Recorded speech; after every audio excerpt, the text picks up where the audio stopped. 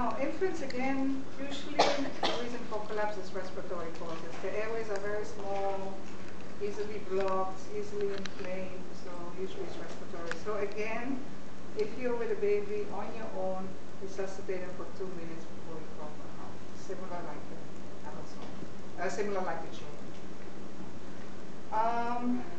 The other difference is, actually the steps are again all the same, like you did in adult, like you did in child. Infant, the steps are the same, just that we need to make a few adjustments because of their size and physiology. Obviously you can't do this on a little baby's chest. Now a lot of people are worried about breaking ribs during resuscitation. This is something that actually can happen. It actually happens more in adults and elderly people than in young people. In young people, the ribs are fairly bendable, so they don't break that easily. It's in older people where they're often very weakened and osteoporosis, so they break quite easily. Now, if that happens, if you break a rib, what do? You're doing your CPR on an elderly person and suddenly cut in here. Stop. Continue, yes, Oh. because if you don't do anything, the person will die. That's always the worst case scenario. You can live with a broken rib, but if you don't do anything, if your heart is stopped, I'm recording. But that's also the reason why, if somebody has been resuscitated, they have to be checked out by a doctor. So even though it was a very short resuscitation, they recovered very fast, still you pressed on the chest, so there is a risk that there's a fracture. And even that fracture, some sharp point might actually puncture the lungs. So they always should be checked out by a doctor afterwards. Okay, even though it's safe. Alright, now back to babies. So let's say this baby, so babies under the age of 1. Okay? So then the steps are the same, techniques are a little bit different. Okay? So let's say this baby was crawling around the living room, but suddenly we notice he's lying very quietly in the corner. So what are the things we do? Same thing, check for danger, check for response. Now in adults, but babies are not very responsive if you tap them on the shoulder. Children are very responsive if you tickle their feet. What happens if you tickle some baby's feet? The legs will go up and they wriggle. Right? So if they do that, you're fine. That's a response. If they can wiggle their legs and they can pull up, they move, that's a response. Then they're fine. If they don't do that, then you have to go to the next step. So what we do is we slightly tap the soles of their feet and call the baby, baby, baby, baby. Baby's not moving, he doesn't pull up his leg, he doesn't wriggle, something wrong.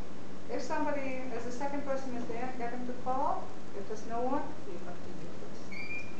So same thing, we open the airway, but airways in babies are much shorter and straighter than they are in adults. In adults, we tilt the head all the way back. In children, we don't do that. In children, we only straighten the head out. We call this sniffing position. If you have a runny nose, you sniff, but you just go backwards a bit. You don't all the way up to there. So we just open it up like this. Then same thing, look, listen, and feel. Ideally, everything on the bare chest, but don't waste 10 minutes of pressing the baby. 1, 2, 3, 4. No signs of breathing. Give 2 breaths.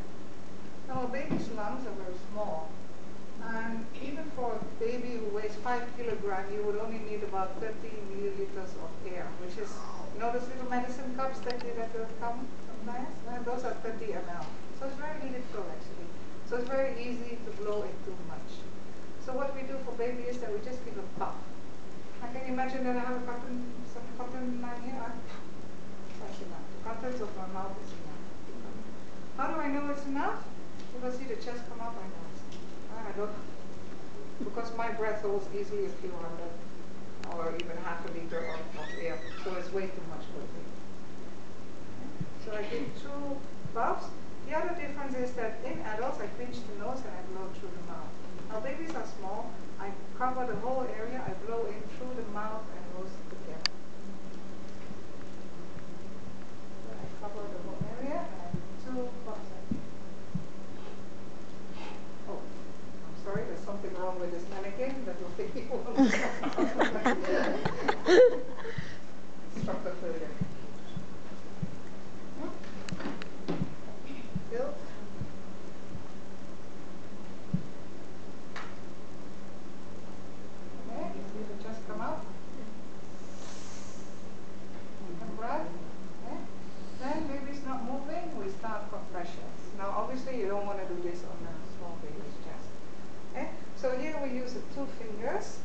and now the position is slightly below the nipple, just below the nipple line. So what I do is I put one finger on the nipple, two next to it, slide to the middle, lift up this one. One finger on the nipple, three together, slide through the middle onto the chest bone, lift. Then I press down straight, press down straight, 30 compression, and again it's about 1/3 to a half of this. 1, 2, 3, 4, 5, 6, 7, 8, 9, 10, 1, 2, 3, 4, 5, 6, 7, 8, 9, 10, 1, 2, 5, 6, 7, 8, 30. 1, 2, 3, 4, 5, 6, 7, 8, 9, 10, 3, 4, 5, 6, 7, 8, 9, 10. Okay, and I continue 5 cycles. After 5 cycles, have a look whether the baby is